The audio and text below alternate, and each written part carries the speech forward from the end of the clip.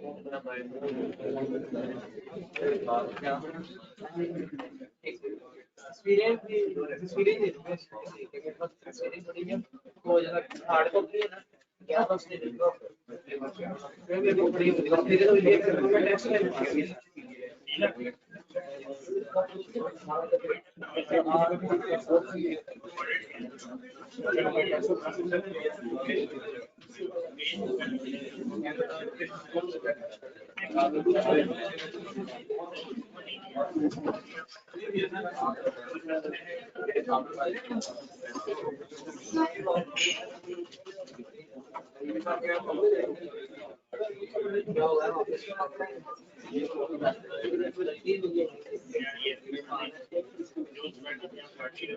जनाब, अस्सलाम वालेकुम वंस अगेन।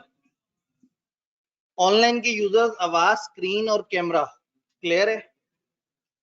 क्लियर। एक भाई ने आते साथ ही दिन का आगाज किया, सर कल क्लास होगी। जब अपनी गलती की वजह से ऑफ हुआ तो आपका तो कोई कसूर नहीं ना, वो जो है। और वैसे भी हमारा सिलेबस तो एथिक्स खत्म, उसके बाद तो मजाक है, फिर भले हफ्ते में एक दिन मिले, वो भी ऑनलाइन। अल्लाह जी, चैप्टर 1 से 5 तक तो मजाक है ना, बस हमने उस मजाक को हर हफ्ते करते जाना है। लेकिन अब ये चैप्टर 9 है, चैप्टर 9 में जो हमारी अहम बातें हैं वो इस हफ्ते हैं ही नहीं, वो नेक्स्ट वीक है। तो कल का दिन ऑन करने से कोई खास फायदा नहीं होना, क्योंकि चैप्टर फिर भी थोड़ा अधूरा रह जाएगा। तो बेहतर है कि एक दफा हम बाकी सारी बातें कर लें और 2 मॉडल्स नेक्स्ट वीक के ऊपर डाल दें। तो आप लोगों ने घर जाके कुछ पढ़ा? बहुत ही ख्वाबी सी, ख्याली सी बातें नजर आई, बड़ी हवाई सी। मॉरल सेट ऑफ प्रिंसिपल्स होते हैं, इखलाकियात का दायरा बड़ा जरूरी है, सही क्या है गलत क्या है इसमें तशख्खुस करना। मतलब आपको नजर नहीं आ रहा कि किताब खींच रही है, बस कहीं से कुछ छापा मारा, कहीं से कुछ छापा मारा। ये आपको पहले 5 चैप्टर्स में बहुत ज्यादा नजर आएगा। और इधर भी एथिक्स में 2 मॉडल देने थे, लेकिन उससे पहले उन्होंने थोड़ा सा, जब वो बेस बिल्ड करनी थी, तो उन्होंने एथिक्स के ऊपर जो जो उन्हें समझ आ रहा था। और ये मैं आपको बताऊं, ये सेंसर्ड वर्जन है जो आपके पास है। जो आईकेप की किताब है उसमें उसने एथिक्स की कोई 7-8 अलग अलग जगह से डेफिनेशन उठा के डाली हुई है।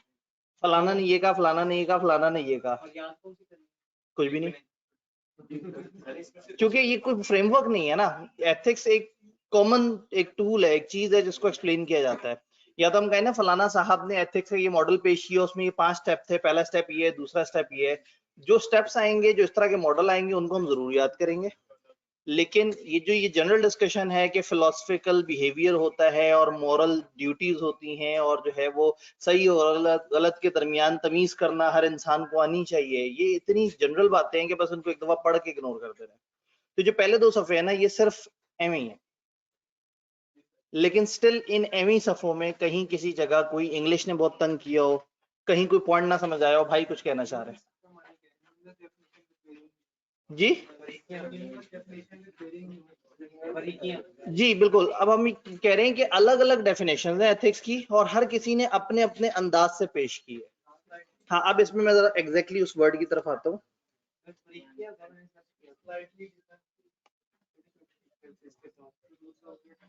एक मिनट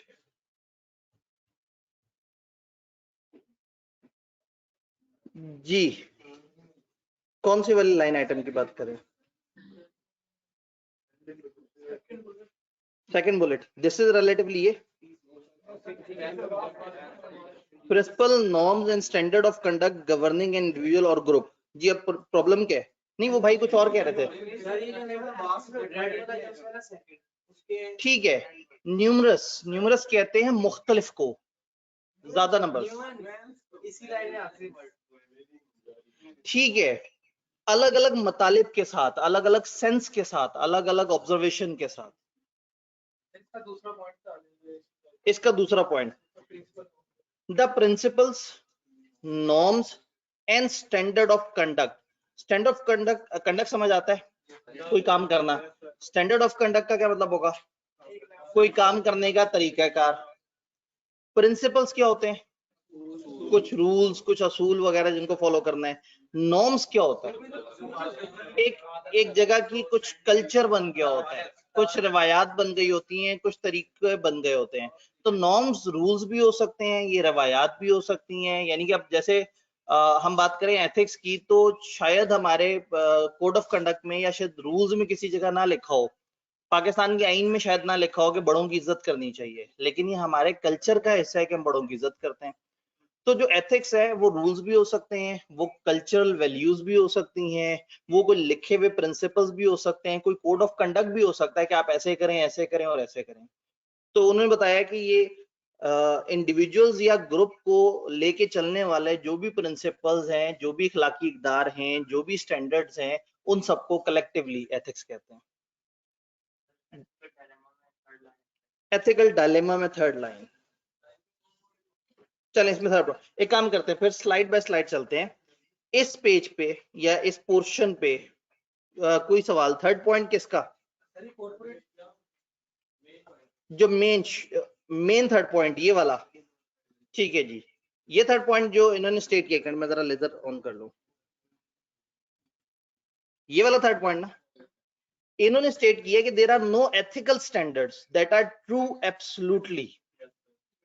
कोई ऐसे स्टैंडर्ड नहीं है जो 100% सही हो। बड़ों का एहतराम करना चाहिए, बहुत प्यारी बात है।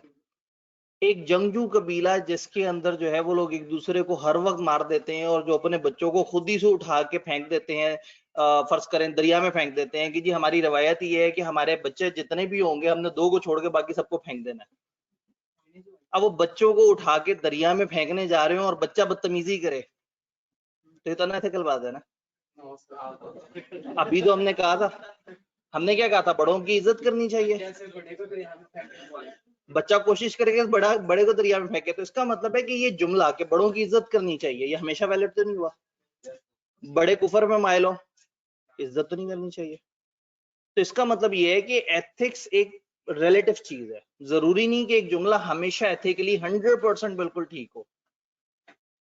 इंसान को हमेशा तमीज से बात करनी चाहिए।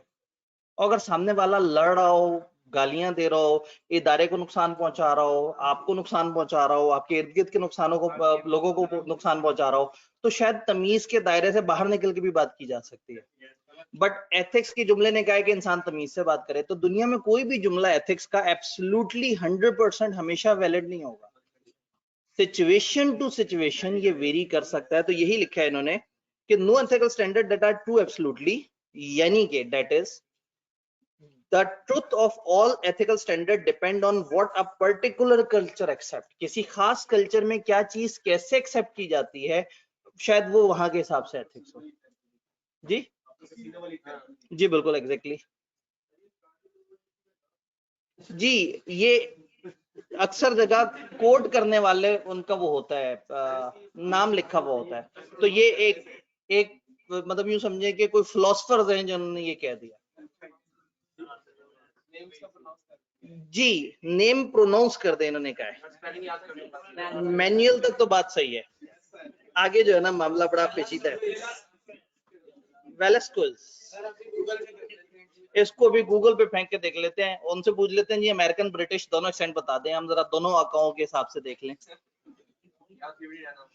देखिए हम पाकिस्तान में बैठे हुए हैं, हमें इस पे परेशानी नहीं होनी चाहिए, क्योंकि हमारे स्टूडेंट अक्सर जो है वो इस बात पे ही परेशान होते हैं कि मैं बोल रहा हूँ इंग्लिश तो कहीं परेशान ना हो जाऊं। स्केड्यूल बोलें या शेड्यूल बोलें? पाकिस्तान में बैठे हैं, शेड्यूल बोलें एज फार एज आप जहां बैठे, क्योंकि अंग्रेज भी कंफ्यूज हैं कि इस चीज को प्रोनाउंस कैसे करें, आपस में ही लड़ रहे हैं। तो उनकी लड़ाई की वजह से हम एम परेशान होते रहे, अपना कॉन्फिडेंस खामसा। हम शेड्यूल बोल के लेकिन कॉन्फिडेंस से बोल के जिंदगी में आगे जा सकते हैं। बस प्रॉब्लम होगा कि अगर सामने एक इंटरव्यूअर बैठा है, अब आपसे इंटरव्यू ले रहा है, अब आप बोल रहे हैं, अब बताएं आप शेड्यूल बोलें या स्केड्यूल बोलें, क्योंकि आपको नहीं पता कि उसने क्या सुना हुआ है। तो कुछ भी बोल दें लेकिन कॉन्फिडेंस से बोलें, ज्यादा से ज्यादा उसको बुरा लगेगा, वो टोक देगा, तो आप कह देंगे अच्छा सॉरी, सिंपल। उस टाइम पे बहस करने की जरूरत ही नहीं, भाईजान तुम गलत अंग्रेजों को मानते हो, मैं और अंग्रेजों को मानता हूँ, वो इस तरह से करते हैं, वो उस तरह से करते हैं। ऑर्गेनाइजेशन लिखेंगे, एस से भी लिखा जाता है, जेड से भी लिखा जाता है, और दोनों चलते हैं। बस एक अमेरिकन इंग्लिश है, एक ब्रिटिश इंग्लिश। पुराने जमाने में कलर में यू हुआ करता था, अब नहीं है। बचपन में आपने यू पढ़ा था और अब कहीं नजर आ रहा है यू? जी, तो ये यही तो प्रॉब्लम है ना कि हमने कोई फ्रेमवर्क कहीं का उठाया, कोई फ्रेमवर्क कहीं का उठाया। ऑक्सफोर्ड का सिलेबस भी पढ़ते रहते हैं और थोड़ा सा बड़े होते हैं कैम्ब्रिज का सिलेबस पढ़ना शुरू कर देते हैं, मजीद बड़े होकर आईगेप का सिलेबस पढ़ना शुरू कर देते हैं। जी, तो क्या पुकारा उन्होंने उसे? वेलास्क्वेज। लें जी, एक भाई ने गूगल पे सर्च किया तो उन्होंने इसको वेलास्क्वेज पढ़ा। आप इस पे इग्नोर कर दें, यानी आप इनके नाम को पेपर में बोलिएगा ही नहीं, किसी को लिख दीजिएगा। वैसे तो पेपर में ये पूछने वाले नहीं है कि जरा बताएं कि कौन कौन से शायर ने क्या क्या बात की है एथिक्स के ऊपर, तो ये जनरल सिर्फ पढ़ने के लिए है। इस पेज पे कोई कंफ्यूजन? कॉर्पोरेट वैल्यूज जो कंपनी की वैल्यूज है, जो कंपनी है, हर कंपनी की भी तो एथिक्स होते हैं ना। जैसे मैंने कहा ये इदारा है, इस इदारे के एथिक्स हैं कि इर्द गिर्द वालों को तंग ना करें, सड़क पे रश ना करें, शोर ना मचाएं। वही बात है कि हम लोग तो वो वाला इदारा नहीं है जो प्रोडक्शन करता है। प्रोडक्शन वालों ने एनवायरनमेंट को डैमेज नहीं करना, चीजें डिस्टर्ब नहीं करनी, ये सारी चीजें। जी, इस पेज पे कोई confusion? All clear? Business sense of ethical culture में उन्होंने बताया कि अलग अलग लोगों को क्या क्या फायदा होगा अगर बिजनेस एथिकल कल्चर को फॉलो करता है। इन बुलेट्स में कोई बुलेट जो आपको परेशान कर रही हो? सर इसमें से बहुत तगड़ा सिनेरियो बन सकता है। जी, अगर ये एक मॉडल होता तो वो जरूर इसके ऊपर सिनेरियो बनाने की कोशिश करते। पॉइंट ये कि जनरल डिस्कशन है, किताब ने सिर्फ एक बेस बनाई है कि आपको एथिक्स की बात समझ आए और फिर वो आगे चले। तो किताब में दी हुई सारी इंफॉर्मेशन उतनी इंपॉर्टेंट नहीं है और ना ही उनके पास इतने नंबर हैं कि वो इस तरह की चीजों पे जाया करें। थोड़े से नंबर है उनके पास और इतना कुछ उनके पास पूछने को। वो बेचारे चैप्टर 7 और 8 से बाहर निकल के देखते हैं तो उनके पास एक सवाल बचा हुआ होता है, 8-9 नंबर उनके पास होते हैं, तो बेचारे यही सोचते रह जाते हैं कि ये हमने सिलेबस क्या बना दिया, क्योंकि पेपर बनाने वाले और है और सिलेबस सेट करने वाले और है। वो उस टाइम पे बैठ के उनके बारे में जो है वो अपने दिल में कुछ अच्छे चल कर बात सोचते हैं कि यार ये अजीब ही आदमी है जिन्होंने ये सिलेबस बनाया, और खैर उस वक्त उलझन में एक आध सवाल डाल के और आगे जाने वाली करते हैं। जी, इस पेज पे कोई सवाल? सर लास्ट वाली एक बार एक्सप्लेन कर दें। लास्ट वाली, अवॉइडिंग लॉस ऑफ प्रॉफिट। देखिए, एक कंपनी को प्रॉफिट हो रहा था 25 लाख का और उसने कुछ अनएथिकल बिहेवियर भी किए थे। फॉर एग्जांपल, उसने अपना कचरा उठा के डंप कर दिया था आसपास किसी ऐसी जगह जहां डंप नहीं करना चाहिए था। गवर्नमेंट को पता लगा, लाहौर वेस्ट मैनेजमेंट कंपनी को पता लगा, वो आए, उन्होंने 20 लाख जुर्माना कर दिया। तो वो जो आपका प्रॉफिट 25 लाख होता अब कम हो गया। अनएथिकल काम करने से प्रॉफिट तो होगा, क्योंकि अनएथिकल काम करने का मतलब आप बहुत सारी अपनी एथिक्स की कॉस्ट बचा रहे हैं। बट वो ये कहना ही चाह रहे हैं कि आपने कॉस्ट तो बचा ली, लेकिन कुछ लिटिगेशंस ऐसी आ सकती हैं आपके ऊपर से आपके प्रॉफिट में लॉस हो जाए। ये नहीं कह रहे कि कंपनी लॉस में चली जाए, लेकिन वो जो आप तूफानी प्रॉफिट सोच रहे थे अनएथिकल बिहेवियर की वजह से, शायद उसमें अब उतना प्रॉफिट ना हो, तो गुनाह भी की और मजा भी नहीं आया। तो गुनाह बिलज़्ज़त इसे कहा जाता है कि आपने चोरी भी की, बैंक पे डाका भी डाला और 2 करोड़ के बजाय जो है वो 25 रुपए निकलवा के आ गए या 2000 रुपए चोरी करके आ गए कि मेरे इतने ही बनते थे। जी, business sense of ethical culture. Ethics आपको मजा दे रहा है, मुझे मतलब लग रहा है कि आप लोग एथिक्स को एंजॉय कर रहे हैं। आप इसे जोक तो नहीं कंसिडर कर रहे? Business sense of ethical culture, कोई मसला नहीं, हमने जितना पढ़ना है उस वक्त तक ही टाइम वेस्ट करेंगे, उसके बाद जो है वो फिर हमारी पढ़ाई का टाइम शुरू हो जाएगा।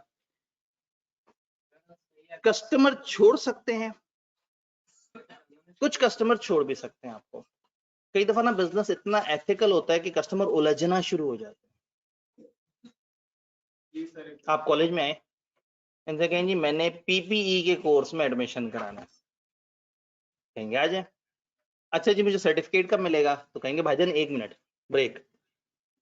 पैसे जमा कराने और सर्टिफिकेट के दरमियान आपने 50 आवर्स का एक कोर्स करना है, 100 आवर्स का आपने कोर्स करना है। आपने कहा अच्छा कोशिश करते हैं।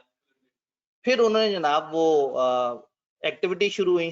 अब आपने कॉलेज से आके कहा जी वो मेरी क्लासें भी बार साथ साथ चल रही हैं, अचानक से मेरे ऊपर ये 2 कोर्सेज भी आ गए, मैं आखिरी 2-3 पेपर भी दे रहा हूँ, कोई गुंजाइश निकल आए, कोई कम आवर्स में अगर काम चल जाए, कॉलेज कहेगा नहीं we are very ethical, sorry आपको तो 100 आवर्स पूरे करने होंगे। अब जो एथिकल बिजनेस है, कस्टमर उससे कई दफा उलझना शुरू हो जाते हैं। कई दफा कस्टमर को इतना एथिक्स नहीं चाहिए होते हैं, वो कहते हैं हमने पैसे दिए लेकिन खुदा के लिए पढ़ाना मत हमें।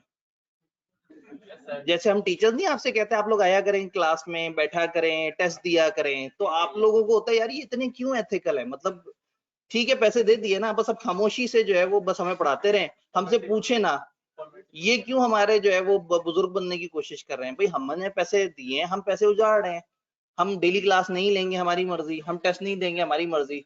तो कभी कभी जब कॉलेज बहुत एथिकल हो रहा होगा, या टीचर बार बार आपसे कहेगा बेटा आपकी अटेंडेंस पूरी होनी चाहिए, हर दिन आपसे कहे आप क्यों नहीं आ रहे, आपको पढ़ाई पे तवज्जो देनी चाहिए, तो अगली दफा बच्चा कहेगा यार मैं काम करता हूँ किसी ऐसे कॉलेज चला जाता हूँ जहाँ टीचर बस पढ़ाए और निकल जाया करे, खाम खा के भाषण ना दिया करे।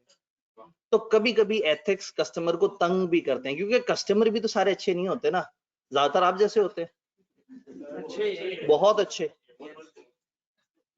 जी, इस पेज पे कोई कंफ्यूजन। फिर चलते हैं ये वाला, ethical issues and dilemma. Ethical dilemma पे यहां से कोई सवाल था? थर्ड पॉइंट, ये इस वाली बुलेट के अंदर, in such situation the decision is based on the acceptability level of an individual. आप फंस गए, एक एथिकल डायलेमा आया, एक ऐसी सिचुएशन आई जहां ये काम करें तो भी सही, ये काम करें तो भी सही, ये काम करें तो भी गलत, वो काम करें तो भी गलत, दोनों ही गलत हैं। एक थोड़ा सा ज्यादा गलत है, एक थोड़ा सा कम गलत है, बट आपकी नजर में ज्यादा गलत और कम गलत की डेफिनेशन डिफरेंट होगी, मेरी नजर में डिफरेंट होगी। फॉर एग्जांपल मैं एक चीज कोट करता हूँ एथिकल डायलेमा में समझाने के लिए, अब्बा जी वाली भाई वाली, वो तो कल हो गई है। अच्छा नहीं तो मैं डिफरेंट, मतलब मेरे पास और एग्जांपल्स भी हैं, मतलब ऐसे रट के थोड़ी आए हुए होते हैं। तो आपका भाई एक लंबा सफर करके घर आया, दूसरे शहर में था, वो 7-8 घंटे का उसने बस का सफर किया, बड़ा थका हारा आया है, और घर पहुंच के आपसे मिला और उसने आपसे कहा कि जी मेरी तबीयत हो रही है काफी ज्यादा खराब, मैंने बड़ा लंबा सफर किया है, मैं सोने जा रहा हूँ, अगर मैं 2-3 घंटे सो लिया ना तो मेरी तबीयत बेहतर हो जाएगी, अगर बीच में मैं उठ गया तो मुझे शदीद बुखार हो जाएगा क्योंकि मेरी तबीयत सही नहीं है, मैं बड़ा थकन फील कर रहा हूँ, तो अगले 2.5-3 घंटे मुझे उठाना मत। आप भाई से बहुत प्यार करते हैं, आपने कहा भाई बस जान दे दूंगा तो मैं नहीं उठने दूंगा। उसने जनाब बेद के सबको घर में कह दिया कोई शोर ना मचाए कुछ, और वो नॉक, दरवाजे पे नॉक हुआ आधे घंटे बाद, इतना दरवाजा खोला, सामने भाई का एक दोस्त बड़ा जिगरी, उसने कहा यार वो मैं आधे घंटे बाद निकल रहा हूँ दुबई के लिए, मैं पक्का पक्का वहां जा रहा हूँ, तुम्हारे भाई से मैंने बड़ी जरूरी बात करनी है, शायद उसके बहुत ज्यादा काम आ जाए क्योंकि वहां पे कुछ उसके लिए भी अच्छी ऑप्शन है मेरे पास।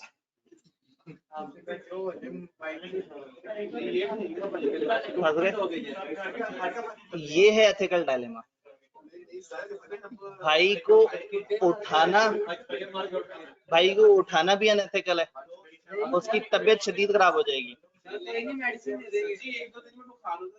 चेक करें, इसका मतलब क्या है, मेरे नजदीक भाई को उठाना अच्छी बात नहीं है, मैं उसकी सेहत, उसकी जिंदगी को, शायद उस वक्त की फौरन आई हुई कमर्शियल चीज, जो इतना गहरा दोस्त है ना, जो आज ये कह रहा है कोई बात नहीं वो समझ जाएगा, वो कल भी ऑप्शन दे देगा।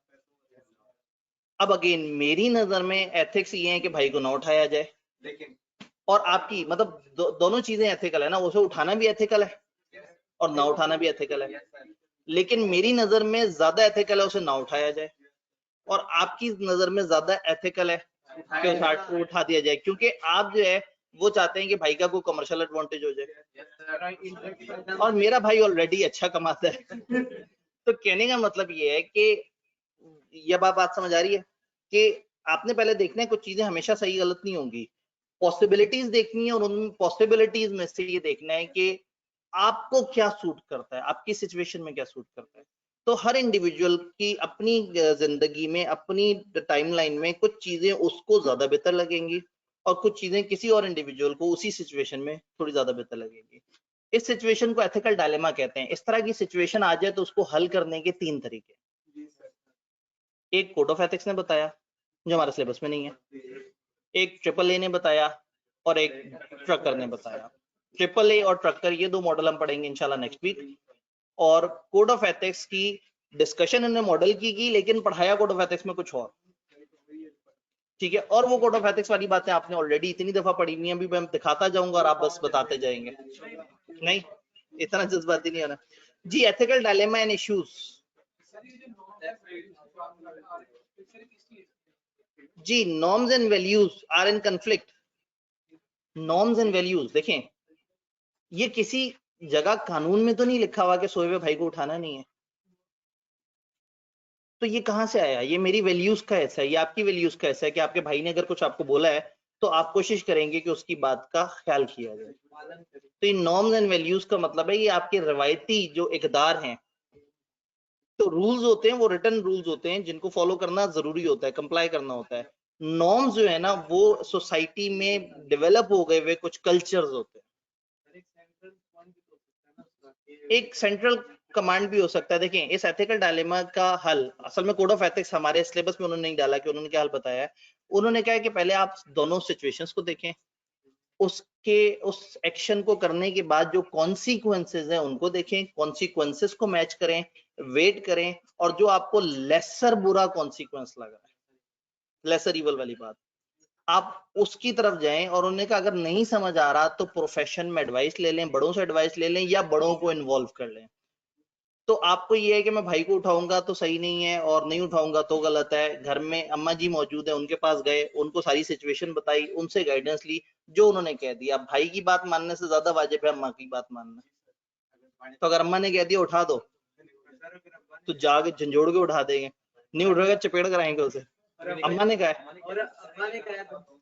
अब्बा ने कहा है तो बस वो तो अब्बा ने दूर से आवाज लगानी है, बच्चे ने उठ जाना है। तो आप इसमें ना बड़ों से एडवाइस भी ले लेते हैं। तो आईकेप ने भी सजेस्ट किया है कि अगर आपको कोई एथिकल कंफ्लिक्ट हो और आपको कोई सोल्यूशन ना लग रहा हो, आप आईकेप से एडवाइस ले सकते हैं, आप प्रोफेशनल एडवाइसेस में ले सकते हैं। तो आप लोगों से मशवरा लें या बड़ों को इन्वॉल्व करें। तो जी जी जी, कल वाली एग्जांपल में बड़े मौजूद नहीं है ना, उस टाइम पे तो वो तो फिल्मी सीन हुआ है ना, वो तो बम फटने वाला है और गोली चलने वाली है। हाँ, तो वो जरा ज्यादा गंभीर मसला था जी। इस पेज में कोई सवाल इससे पहले कि हम गैर जरूरी बातों में चलें? नहीं, असल में एक्सट्रीम लेवल नहीं है, एक सही और एक गलत नहीं होता। ये जो पहला जुमला है ना, पहला जुमला बड़ा प्यारा है, these alternatives are not entirely right and wrong. ना 100% सही होंगे ना 100% गलत होंगे। आप फंस चुके हैं। देखिए, कंफ्यूजन आती कब है? मैं आपसे कहूं आपके पास दो ऑप्शन है। एक ऑप्शन ये है कि आप 3 पेपर दें और आपके तीनों पेपर क्लियर हो जाए और तीनों में मेरिट सर्टिफिकेट आ जाए, फॉर एग्जांपल। दूसरी ऑप्शन ये है कि आप 2 साल तक पेपर ही कोई ना दें। तो ऑब्वियसली मतलब आप जो है फौरन से कहेंगे कि भाई ये क्या फजूल सी ऑप्शन है। जो सही ऑप्शन है साफ नजर आ रही है, 2 साल तक पेपर ना दिए जाए। तो कहने का मतलब ये है कि अगर तो क्लियरली नजर आ रहा हो ना कि सही क्या है और गलत क्या है, तो फिर कंफ्यूजन नहीं है। कंफ्यूजन कब है? जब मिक्सिंग है, जब वो मरीज के जो ऑर्गन्स हैं वो दूसरे मरीज को लगाना जो है, अब ये कंफ्यूजन हो रही हो कि क्या ये समाज सेवा है या ये आप इखलाकी इकदार की बेहुरमती कर रहे हैं। तो मामला बड़ा संगीन है। आप लोग कौन से डॉक्टर हैं? आपको कौन सी ऐसी सिचुएशन आनी है? आप लोग अकाउंटेंट है, तो आपको जब ऐसी सिचुएशन आएंगी तो आप उसका सोल्यूशन क्या निकालेंगे? आपको FR2 वाले और ऑडिट वाले टीचर बताएंगे। हमारा इससे कोई ताल्लुक नहीं। वो कोड ऑफ एथिक्स का कॉन्सेप्चुअल फ्रेमवर्क आपको दोनों बताएंगे। एक नौकरी करने वाले चार्टर्ड अकाउंटेंट के हिसाब से बताएगा और एक सर्विस प्रोवाइड करने वाले चार्टर्ड अकाउंटेंट के हिसाब से बताएगा। एक तो बता चुके हैं जी।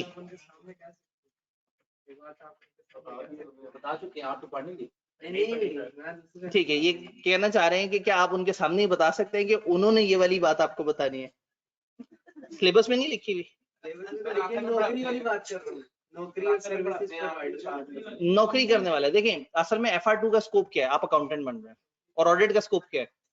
आप सर्विस प्रोवाइडर बन रहे हैं, आप फर्म्स को सर्विस दे रहे हैं। तो ऑडिट करते हुए हमने चार्टर्ड अकाउंटेंट इन प्रैक्टिस को फॉलो करना होता है, और नौकरी करते हुए हमने चार्टर्ड अकाउंटेंट इन बिजनेस को फॉलो करना होता है। दो तरह के चार्टर्ड अकाउंटेंट होते हैं। अभी अगले टॉपिक से कनेक्टेड बात है। आईकेप का जो कोड ऑफ एथिक्स है वो एक पोर्शन में पहले आपको जनरल गाइडेंस देता है, फिर एक पोर्शन में जो नौकरी या अपना बिजनेस कर रहे चार्टर्ड अकाउंटेंट्स हैं उनके बारे में गाइड करता है, उनका कॉन्सेप्चुअल फ्रेमवर्क बताता है।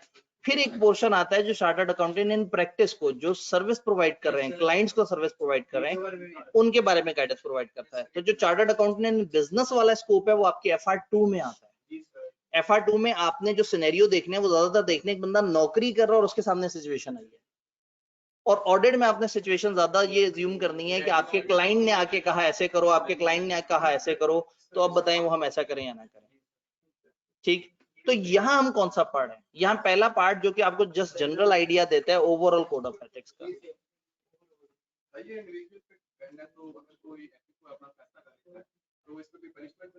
जी, अब ये इंडिविजुअल के ऊपर डिपेंड करता है, और वो कोई ऐसा फैसला कर ले तो क्या उसे पनिशमेंट होगी। पहली बात ये है कि क्या कोई रिटर्न रूल्स थे। अगर किसी चीज पे रूल लिखे हुए हो ना, तो फिर हमने नहीं सोचना, फिर रूल को फॉलो करना है। और अगर रूल नहीं लिखे हुए तो फिर हमने देखना है, हमने सिचुएशन के मुताबिक। तो अगेन अदालत भी उस चीज पर सजा देगी जहां हमने कानून तोड़ा होगा। हमने कोई इखलाकी इकदार तोड़ी होगी, फॉर एग्जाम्पल भाई से बदतमीजी की, इस पर अदालत सजा नहीं देगी। लेकिन अगर किसी कानून में लिखा हुआ है कि पुलिस वाले से बदतमीजी करने पर सजा मिलेगी, अदालत से बदतमीजी करने पर सजा मिलेगी, तो फिर सजा मिलेगी। हाँ, इसीलिए इसका मतलब है कि अगर रूल्स या प्रिंसिपल्स लिखे हुए हो तो वो अव्वलीन तरजीह है। कंफ्यूजन वहां आती है जहां आपके पास रूल्स मौजूद नहीं होते, तो उधर फिर आपको डिसाइड करना पड़ता है। फॉर एग्जाम्पल एक बंदा है, उसने कत्ल किया, कानून ने सजा सुना दी, दफा 302 के तहत इसको फांसी चढ़ा दिया जाए। जब जल्लाद उसे फांसी चढ़ाने लगा है, अचानक से उस बच्चे ने कहा कि यार तुम्हारे भी तो छोटे छोटे बच्चे होंगे जो मर रहा है। उसने कहा तुम्हें तरस नहीं आ रहा मुझे मारते हुए, एक इंसान को अपने हाथों से मारने लगे हो। तो इस टाइम पे जलाद अगर एथिक्स और एथिकल डायलेमा में फंस गया ना, तो वो परेशान हो जाएगा, वो बैठ के रोना शुरू हो जाएगा। इस वक्त उसने देखना रूल क्या कहता है। रूल ये कहता है कि अदालत ने हुक्म दे दिया इस बंदे को लटका देना है, तो उड़ा देना है। तो अगर रूल मौजूद है तो फिर कंफ्यूजन नहीं आएगी। रूल मौजूद है तो आप रूल को फॉलो करेंगे, चाहे बाद में पछताते रहे मैंने क्या किया, लेकिन जो किया कानून के मुताबिक। और अगर रूल प्रिंसिपल मौजूद ना हो तो फिर आप नॉर्म्स, एथिक्स, इन चीजों की बात करते हैं। मुझे एक बात समझ आ गई कि अब हमारे सवाल खत्म हो चुके हैं। और दूसरी बात जो मुझे समझ आई है वो ये है कि कोड ऑफ एथिक्स आपको अच्छी तरह से आता है। आपने टेक्स्ट में भी पढ़े होंगे 5 प्रिंसिपल, फिर R2 में भी पढ़े होंगे, खुदा ना खास्ता ऑडिट तक पहुंच गए तो ऑडिट में भी पढ़ लिए होंगे। तो इतने पढ़े हुए बच्चों को मैं क्या पढ़ाऊं। भाई ने कहा सर इंटेग्रिटी के ऊपर इमोशनल तकरीर जो है, और इस वीक का हमारा एक लेक्चर गायब भी है, और कल आप ऑन करना भी नहीं चाह रहे। तो इंटेग्रिटी पे मेरी एक इमोशनल सी तकरीर है, वो हम कल वीडियो फॉर्म में अपलोड कर देंगे। अपने नहीं सुनी हुई ना, अगर एक भी बच्चे की वो इमोशनल तकरीर रहती है, सुनी हुई है मत सुनिएगा दोबारा, खुदा ना खास्ता आपके एथिक्स ना जाग जाएं। उन्होंने कहा नहीं सर हमने सुनी हुई है, नहीं हम नहीं दोबारा। अच्छी बात है एक दफा, बस ज्यादा से ज्यादा एक दफा। हो सकता है इस दौरान आपके दिल पे थोड़ी सी और गद चढ़ गई हो, और शायद आप दोबारा से उसे सुने तो शायद जो है वो तस्किया नफ्स बेहतर हो। सुनना ही नहीं है, नहीं घंटे का लेक्चर नहीं चले, वो है 22 मिनट।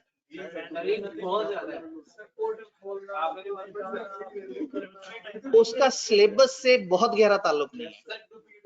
सिलेबस की बाउंड्री में रहते हुए मैंने थोड़ा सा जो है ना वो कोशिश की है कोई इखलाकी सबक सिखाने की। नहीं तो मतलब ठीक है सही है, यूट्यूब लिंक मतलब उसमें पोर्टल में जाने में उसमें क्या हर्ज है। चलें पोर्टल पे डाल के यूट्यूब का लिंक भी डाल देते हैं, वहां पे लेक्चर मौजूद हो। किसी भी वक्त चलते चलते चलते अगर आप पीछे से पढ़ते आ रहे हैं तो अचानक से वहां पहुंच के गलती से उसे ओपन कर लें, फिर अचानक से ओपन हो जाए तो शायद आप वहां देखना शुरू करते हैं। ठीक है जी।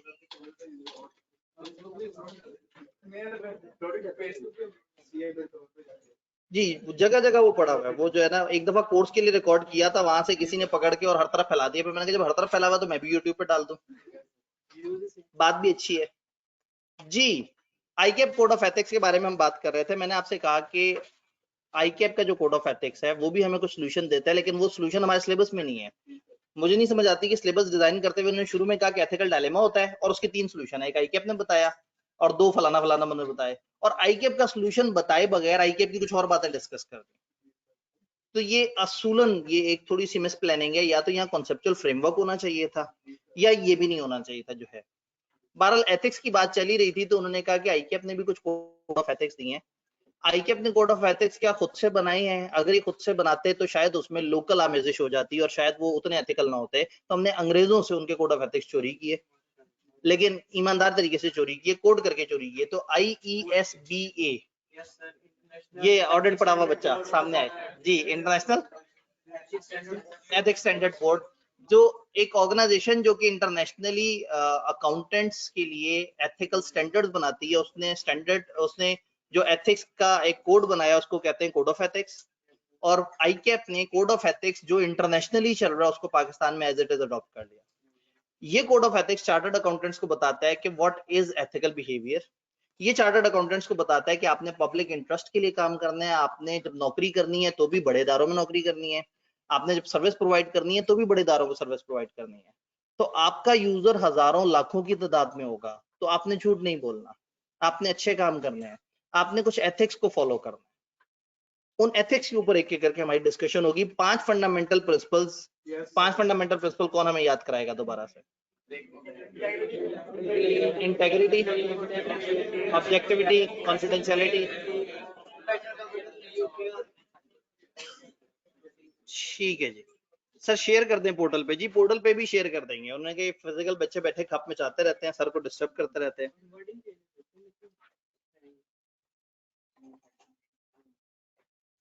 जी सर, एक पर्सन जिसको एथिक्स का पता ही नहीं है, अगर उससे एथिक्स ब्रेक हो तो क्या होगा? एथिक्स का सबको पता होता है, सबको पता होता है, अंदर से आवाज आ जाती है। अल्लाह ने इंटरनल ऑडिटर रखा है हर इंसान में, वो आपको एक दफा जरूर ही आवाज देता है कि गलत है, फिर आप उसे लस्सी पिला देते हैं, वो सो जाता है, उसके बाद आप अनएथिकल कंडक्ट। तो हर इंसान के अपने अंदर कहीं ना कहीं एक बेंचमार्क है जो उसे गलत काम की तरफ जाने से फौरन से रोक देता है। उसके बाद ये आप पे डिपेंड करता है कि आप उस आवाज को कितना जोर से सुनते हैं। तो इसलिए मतलब हम ये नहीं कह सकते कि किसी बंदे को पता ही नहीं कि जो उसने किया वो सही है या नहीं है। सही गलत की पहचान होती है इंसान को, बस वो अपने मफाद देख रहा होता है कि है तो गलत लेकिन मेरा फायदा ज्यादा किसमें है। जैसे आप लोगों ने भी भाई को उठा दिया कि चलो घर खुशहाल हो जाएगा, भाई कमाएगा, घर पैसे भेजेगा, मैं प्ले स्टेशन खरीद लूंगा, मैं मोबाइल खरीद लूंगा।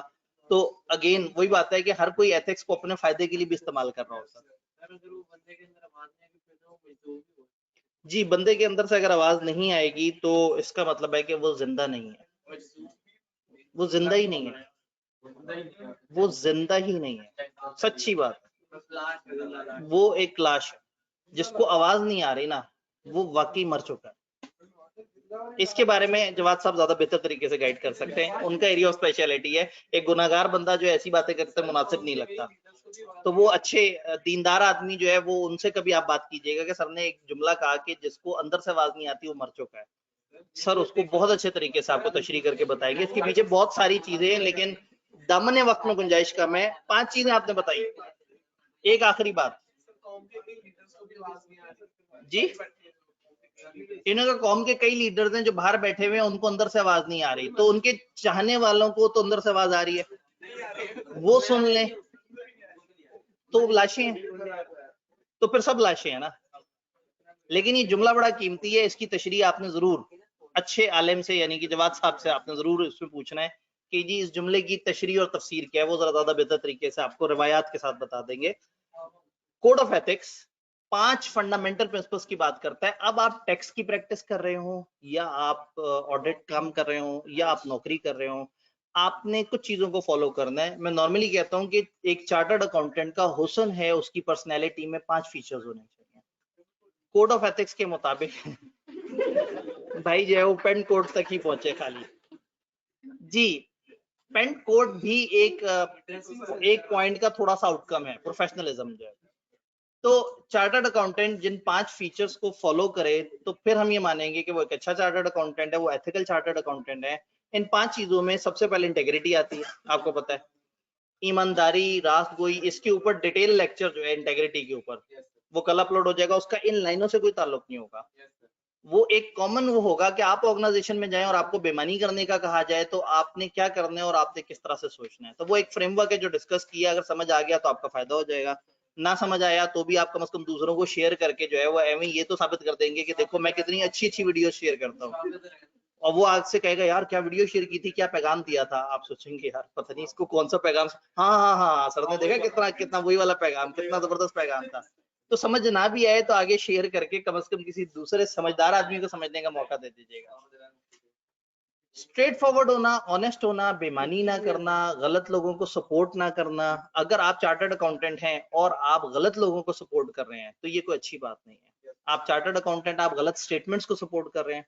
आप चार्टर्ड अकाउंटेंट है, आप ईमानदारी नहीं दिखा रहे, आप जो है वो किसी भी जगह पे अपने इदारे के साथ जो है वो बेईमानी करते हैं, उसके दुश्मनों से जाके मिलते हैं, उसके यूजर्स को गलत इंफॉर्मेशन देते हैं, इदारे को नुकसान पहुंचाने की कोशिश करते हैं, इदारे के साथ अगर लॉयल नहीं है तो ये सारी चीजें आपकी इंटेग्रिटी में काउंट होती हैं।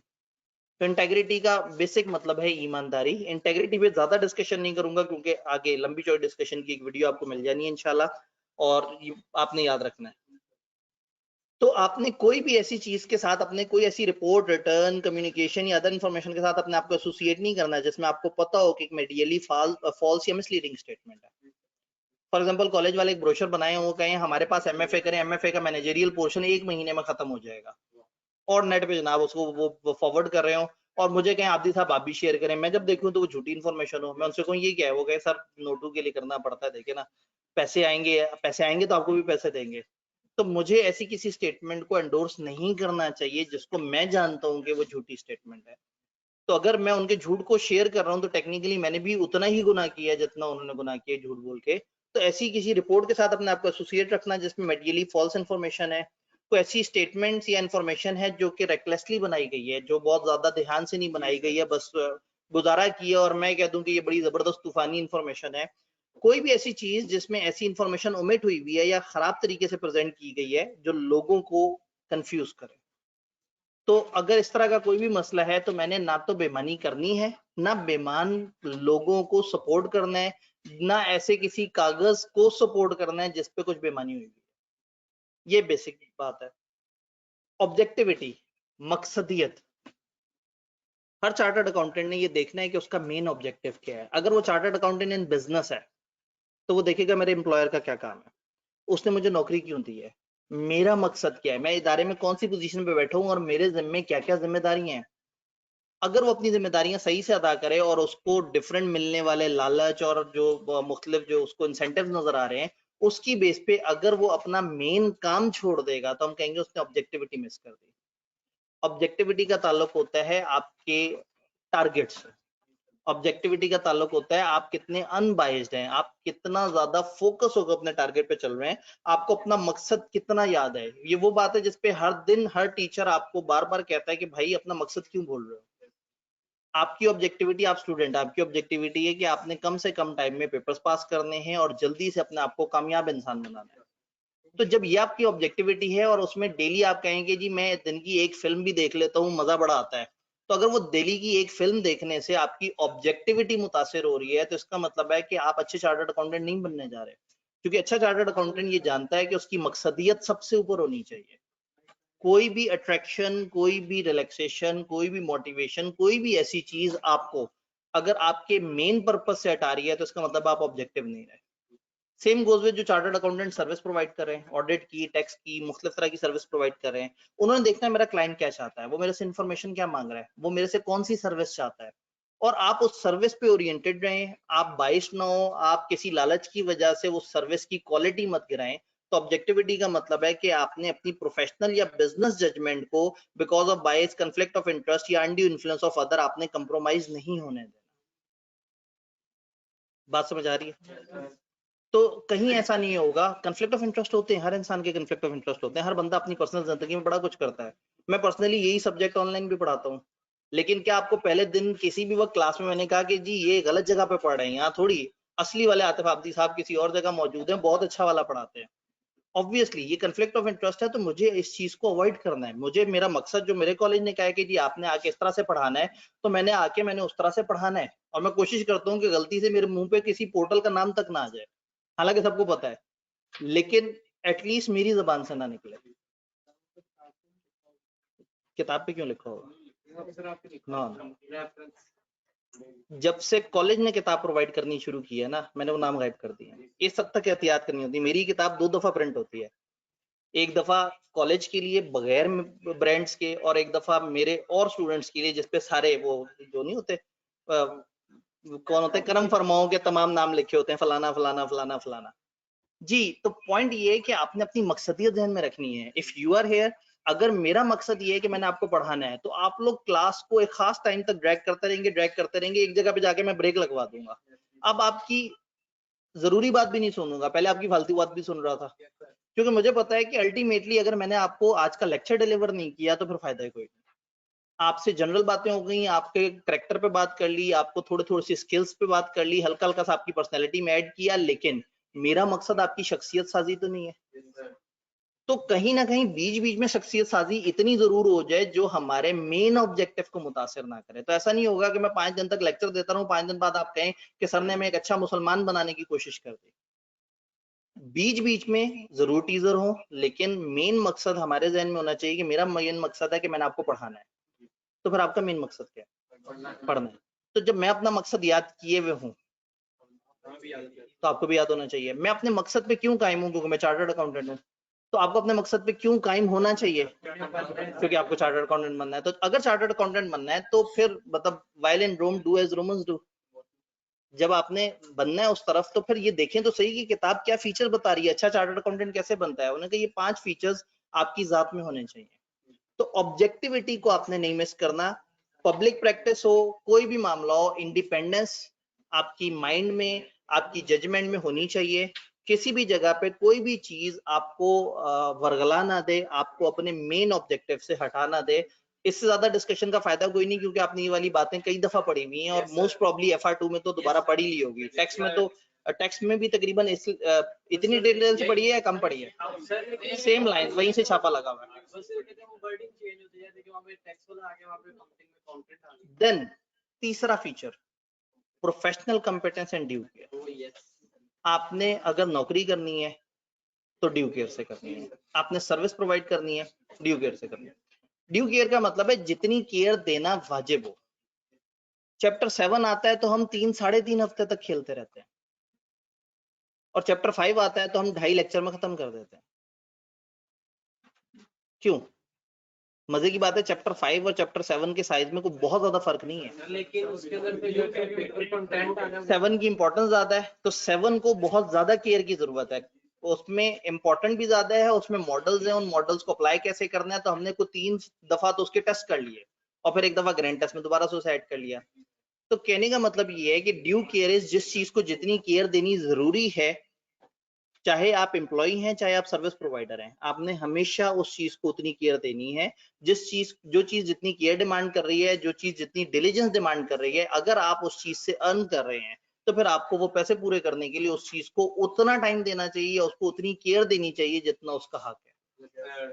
बस हमारे यहाँ एक प्रॉब्लम है कि हम वो केयर दे के भी ऑब्जेक्टिव नहीं मीट कर पाते जब तक सामने का ऑडियंस केयर लेना नहीं चाह रहा।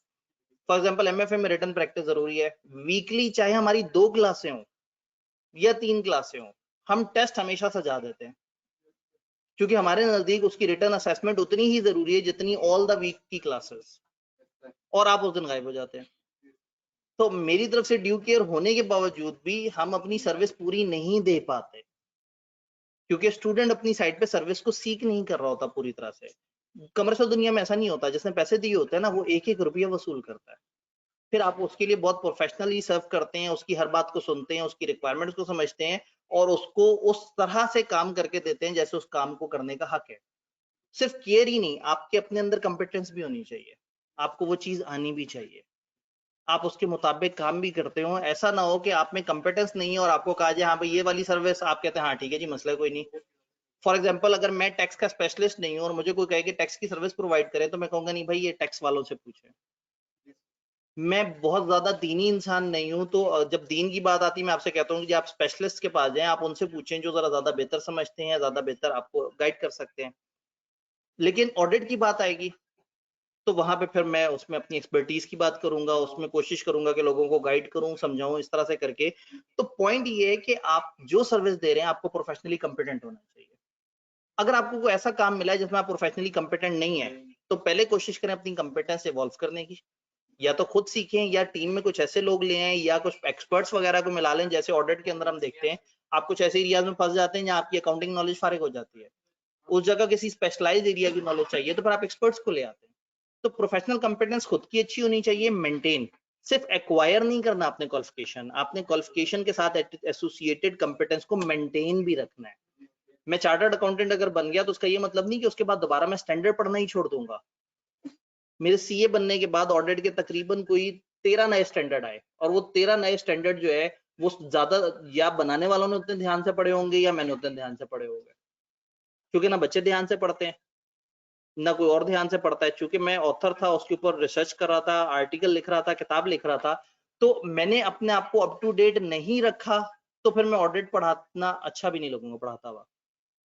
तो ऐसा नहीं है कि सीए कर लिया तो बस आप परफेक्ट हो गए, आप जिस भी क्लास में जाएं जो भी पढ़ा दें चल जाएगा, नहीं, आपको उस सब्जेक्ट के पहले अपने आप को कॉम्पिटेंट करना है। अगर आप वो कॉम्पिटेंस एक्वायर कर सकते हैं, कोई भी टीचर अगर कभी भी कोई सब्जेक्ट उठाता है कॉलेज के वसीतर मफाद में या कुछ और, तो आपको नजर नहीं आता, लेकिन उसके ऊपर वो बहुत काम कर रहा होता है। इस दफा अगर ये एमएफए वो हुआ है, पहले तो बड़ी देर तक सोचते रहे कि क्या इतना टाइम है कि एमएफए दिया जाए, और जब एमएफए ऑप्ट हुआ तो उसके बाद जो दोनों टीचर्स है उन्होंने अपनी पूरी बेस वर्किंग कंप्लीट की। मेरे पास ये फाइनल वाला एच था, वहां से आधे से ज्यादा मेरे पास मटेरियल रेडी था, और उसके अलावा मैं 2 सेशन से उसको ऑनलाइन भी कवर कर रहा था। साथ में न्यूमेरिकल टीचर जो है उन्होंने अपने आप को बहुत ज्यादा इक्विप किया, और आपके सामने आने से पहले कम से कम 50 सवाल हाथ से किए। इतना आप पूरे सेशन में नहीं पढ़ते जितना आपको पढ़ाने के लिए सेशन की ब्रेक के दौरान टीचर्स पढ़ लेते हैं। तो कंपिटेंस सिर्फ एक्वायर नहीं करनी होती, उसको मेंटेन भी रखना होता है। कोई टॉप पे इसलिए नहीं होता कि उसका तुक्का लग गया होता है, इसलिए होता है कि वो हर वक्त अपने आप को अप टू डेट रखे हुए होता है। Being a chartered accountant, this is your duty and this should be the thing कि आपको कंपिटेंट होना है, कंपिटेंस एक्वायर करनी है, अपने आप को कंपिटेंस को मेंटेन करके रखना है। बातें आपने सारी पढ़ी हुई हैं, लेकिन थोड़ा सा अल्फाज चेंज करके हम दोबारा बात कर रहे हैं। कॉन्फिडेंशियलिटी, क्लाइंट की या बिजनेसेस की वो इंफॉर्मेशन जो प्रिविलेज इंफॉर्मेशन है, जो आपको इसलिए मिल गई है कि आप तगड़ी पोजीशन में। फॉर एग्जांपल, मैं अपने इदारे में किसी जगह पे सीईओ की सीट पे बैठा हुआ हूँ या सीएफओ की सीट पे बैठा हूँ, और मेरे पास कुछ ऐसी इंफॉर्मेशन है कि कंपनी के डिविडेंड क्या आने वाला है, कंपनी के प्रॉफिट्स क्या आने वाले हैं। ये इन्फॉर्मेशन अगर मैं किसी को डिस्क्लोज कर दूंगा तो मैं लाखों करोड़ों का फायदा कमा सकता हूँ। लेकिन बीइंग अ चार्टर्ड अकाउंटेंट, वो इन्फॉर्मेशन जो पब्लिक को नहीं पता, और मेरे पास अपनी पोजीशन की वजह से, अपनी नौकरी की वजह से, अपनी सर्विस की वजह से, अपने ताल्लुक की वजह से, अपने नेटवर्क की वजह से अगर आ गई है, तो मैंने उस इंफॉर्मेशन का एहतराम करना है, और बगैर पूछे उस बंदे से जिसकी वो इंफॉर्मेशन है मैं उसको डिस्क्लोज नहीं कर सकता। तो मेरे पास अगर कॉलेज का डाटा है तो मैं वो कॉलेज का डाटा डिस्क्लोज नहीं करूंगा। मैं अगर सर्विस प्रोवाइड करूं और मैं ऑडिट करूं और मैं एक कंपनी को ऑडिट करूं, उसका कंपेटिटर आके मुझे 2 करोड़ भी देके 2 करोड़ लो, मुझे जरा उसके क्लाइंट्स की डिटेल दे दो, तो मुझे नहीं देना चाहिए। तो आपने कॉन्फिडेंशियलिटी को ध्यान में रखना, और कॉन्फिडेंशियलिटी को विद इन ऑर्गेनाइजेशन भी ध्यान में रखना, आउटसाइड भी।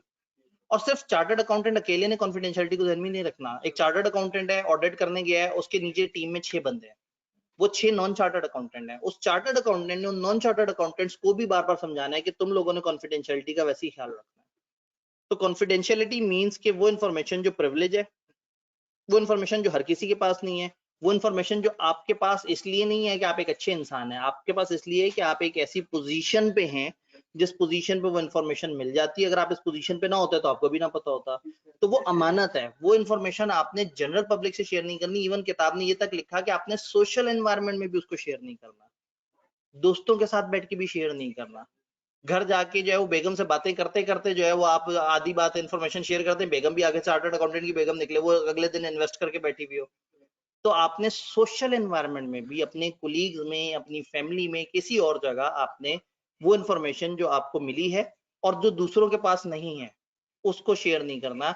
ना उससे कोई पर्सनल बेनिफिट उठाना है, ना उसको आगे बेचने की कोशिश करनी है। हाँ, उस इंफॉर्मेशन ने आपकी जात में जो कंपिटेंस ऐड की है वो जरूर आपको आगे काम आती रहेगी। आपने काम किया, उस काम से एक नई स्किल ऐड हुई। हम ये नहीं कह रहे वो स्किल भी उठा के आप फेंक के चले जाएं, स्किल तो आपके पास आ गई, आप उसे यूज कर सकते हैं। भाई कुछ कहना चाह रहे थे?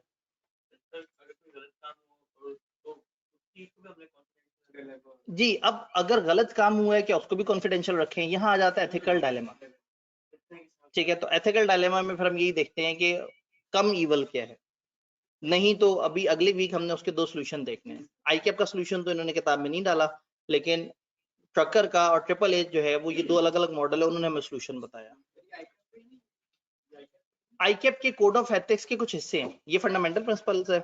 इसके बाद होता है conceptual framework. Conceptual framework deal करता है एथिकल डायलेमा को। तो किताब एथिकल डायलेमा की बात करते करते कोड ऑफ एथिक्स पे आई और एथिकल डायलेमा का पोर्शन नहीं बताया। तो ये थोड़ा सा एतराज है, या तो ये एथिकल डायलेमा का जिक्र ही ना करते तो कोड ऑफ एथिक्स बता देते कि हम एथिक्स की बात कर रहे हैं, ये लो जी कोड ऑफ एथिक्स के 5 प्रिंसिपल्स। तो जो एथिकल डायलेमा है, जो एथिकल कन्फ्लिक्ट को रिजॉल्व करने का मेथड है, उसको हम कहते हैं कॉन्सेप्चुअल फ्रेमवर्क। और एक पूरी एक गाइडेंस है जो कि कोड ऑफ एथिक्स में, और वो हमारी किताब ने नहीं बताई हुई। अगेन उसमें आपने ऊपर की जो अथॉरिटीज है उनको भी बताना होता है, और कुछ जगह पर आप फिर देखते हैं कि क्या थ्रेट्स हैं, उन थ्रेट्स के अगेंस्ट आप क्या कर सकते हैं। ये जो FR2 और ऑडिट में आप ये जो पढ़ते हैं ना, ये कॉन्सेप्चुअल फ्रेमवर्क होता है। और इसी के अंदर फिर एक एथिकल डायलेमा का स्पेसिफिक वो होता है कि आप इंफॉर्मेशन देखें, वेट करें कॉन्सिक्वेंसेस को, और प्रोफेशनल एडवाइस ले लें। वो वाली बातें यहाँ नहीं लिखी हुई। तो यहाँ एथिकल डायलेमा से निकलने का हल नहीं बताया, बस एथिक्स बता दिए कि क्या होता है। आखिरी चीज है इसमें प्रोफेशनल बिहेवियर। आपको दिखने में भी प्रोफेशनल होना चाहिए, डीलिंग में भी प्रोफेशनल होना चाहिए, और असल में भी प्रोफेशनल होना चाहिए। यानी कि चार्टर्ड अकाउंटेंट कभी भी आपको बहुत ज्यादा मस्करियां करता हुआ नजर नहीं आएगा। चार्टर्ड अकाउंटेंट कभी भी आपको जो है वो नॉन प्रोफेशनल ड्रेसिंग में नजर नहीं आएगा। ऐसा नहीं होगा कि आप आए तो जनाब वो सर पे वो बने हुए क्या होते हैं, वो स्पाइक्स बने हुए हों। हाँ, मैं उस वक्त चार्टर्ड अकाउंटेंट नहीं था जी, और वो स्टूडेंट ने बनाई थी, MBA का ट्रिप था, तो उन्होंने कहा सर एक तस्वीर ऐसी होनी चाहिए।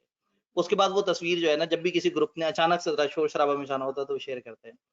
तो स्पाइक्स वो किए हुए हों, आपने जो है वो शॉर्ट्स पहने हुए हों, कान में बाली हो, शर्ट पे फंकी सी एक तस्वीर बनी हुई हो, तो chartered accountants don't look like this. जैसे एक भाई ने कहा कि कोट पैंट, चार्टर्ड अकाउंटेंट सुनते साथ ही जहन में एक मोअज़्ज़िज़ सा इंसान आता है जो बड़ा डिसेंटली ड्रेस्ड होगा। अगर वो कुर्ता शलवार भी पहनेगा तो कोई वो बहुत ही गुर्बतज़दा कुर्ता शलवार नहीं होगा, वो बड़ा डिसेंट कुर्ता शलवार होगा, वो दिखने में प्रोफेशनल फील देगा। आपको वो अनप्रोफेशनल फील नहीं देगा, आपको वो खिलंडरे इंसान वाली फील नहीं आएगी। तो ये कहते हैं कि आपने डीलिंग में तो होना ही है प्रोफेशनल, अपीयरेंस में भी होना है। क्लाइंट आपसे अगर लड़ पड़े किसी बात पे, आप एक सर्विस दे रहे हैं, आप अपनी कंपनी में बैठे हैं, आप जॉब कर रहे हैं, और अचानक से जो है वो बॉस आपको कहता है कि ये काम इस तरह से करना है। आप कहते हैं अगर ऐसे कर लूं, उसने कहा नहीं मैं कह रहा हूँ ऐसे कर लो, आपने कहा नहीं मैं तो ऐसे ही करना है, उसने कहा मैं बॉस हूं तुम, आपने उसे चपेट करा दी। ये ऐसी हरकतें करते हुए चार्टर्ड अकाउंटेंट्स नजर नहीं आते। लाखों करोड़ों का बिजनेस करते हैं, लेकिन आपको टीवी पे खबरों में ये सुनने को नहीं मिलता कि चार्टर्ड अकाउंटेंट्स लड़ पड़े आपस में। डॉक्टर्स लड़ पड़ते हैं, इंजीनियर लड़ पड़ते हैं, वकील लड़ पड़ते हैं, ठीक है। चार्टर्ड अकाउंटेंट की खबर नहीं आती, उस खबर को आने ही नहीं देते। तो प्रोफेशनल का मतलब है आपने रेलिवेंट लॉज एंड रेगुलेशंस के मुताबिक चलना है, सही से काम करना है, जो आपको काम स्टैंडर्ड्स के मुताबिक करना चाहिए, आपने स्टैंडर्ड्स के मुताबिक करना है। और व्हाट इज प्रोफेशनल एटीट्यूड, इसमें थर्ड पार्टी टेस्ट होता है कि आप जो कर रहे हैं वो प्रोफेशनल है, यानी ये थर्ड पार्टी की नजर से देखें कि आपने जो हरकत की प्रोफेशनल है या नहीं। क्योंकि इंसान हर काम को हमेशा सही मानता है अपने लिए, तो अगर वो अपने बारे में जायजा लेगा ना कि मैं सही हूं या गलत हूं, तो वो हमेशा अपने आप को सही मानेगा। तो सही और गलत का इंतखाब आपने नहीं करना, आपने थर्ड पार्टी टेस्ट लगाना है। एक तीसरे बंदे की नजर से देखना है कि अगर वो दूर बैठ के आपको देख रहा है और गिवन सिचुएशन को जानता है, और उस गिवन सिचुएशन में आपके उस एक्शन को क्या वो प्रोफेशनल कहता है या नहीं कहता। इसकी एक टिपिकल एग्जांपल जो मैं अक्सर क्लासेस में देता हूँ, यहाँ पे दोबारा रिपीट कर देता हूँ कि टीचर पढ़ा रहा है क्लास, और एक बच्चा बार बार तंग कर रहा है, कभी शगुफे छोड़ रहा है, कभी कोई लतीफे आ रहे हैं, कभी जो है वो गैर जरूरी सवाल आ रहे हैं। उसका मकसद है कि क्लास ना हो सके। टीचर को अचानक से जलाल आता है, वो कहता है मिस्टर एक्स आप जो है वो क्लास छोड़ के जा सकते हैं। अब ऐसे में उस मिस्टर एक्स से पूछेंगे, वो कहेगा जी बड़ा अनप्रोफेशनल टीचर है, इसने मुझे क्लास से निकाल दिया। टीचर से पूछेंगे, कहेगा मैं तो बहुत प्रोफेशनल हरकत की है। तो टीचर या वो बच्चा इज नॉट द मयार जो तय करेंगे ये प्रोफेशनल हरकत थी या नहीं।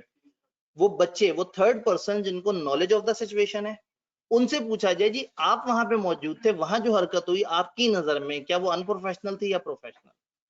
तो अगेन प्रोफेशनलिज्म का जो तराजू है ना, वो अपनी आंखें नहीं है, वो एक थर्ड पर्सन की आंख है। तो इसमें हम एक जुमला कहते हैं कि as per the eyes of reasonable and informed third party, उसकी नजर में आप देखेंगे कि जो ये हरकत है ये प्रोफेशनल है या नहीं। तो गुफ्तगू को यहाँ पे तमाम करते हैं। आपने सिर्फ इसको एक दफा पढ़ लें, सिर्फ एक दफा पढ़ लेना है। मेरा नहीं ख्याल कि इतनी दफा पढ़ने के बाद आपको भूल गया होगा। और कल एक छोटा सा क्यूट सा लेक्चर पोर्टल पे भी अपलोड हो जाएगा इंशाल्लाह, और यूट्यूब का लिंक आपको ग्रुप में भी डाल देंगे, तो आप उसको भी अटेंड कर सकते हैं। अच्छा, उस लेक्चर का पढ़ाई से ताल्लुक नहीं है, इंटेग्रिटी पे थोड़ी सी एडवांस डिस्कशन है जो किताब में नहीं लिखी हुई। तो अगर आप वो स्किप भी कर दें, मंडे का टेस्ट भाई ने याद कराया, जाहिर है मंडे को तो टेस्ट होना है, चाहे हम 2 दिन भी पढ़े। जितना हमने यहाँ तक पढ़ा उसका टेस्ट इंशाल्लाह। जी जी अगर ये फंडामेंटल प्रिंसिपल हमसे पूछे थे तो अकाउंटिंग वाले भी छाप सकते हैं सेम है। बस वो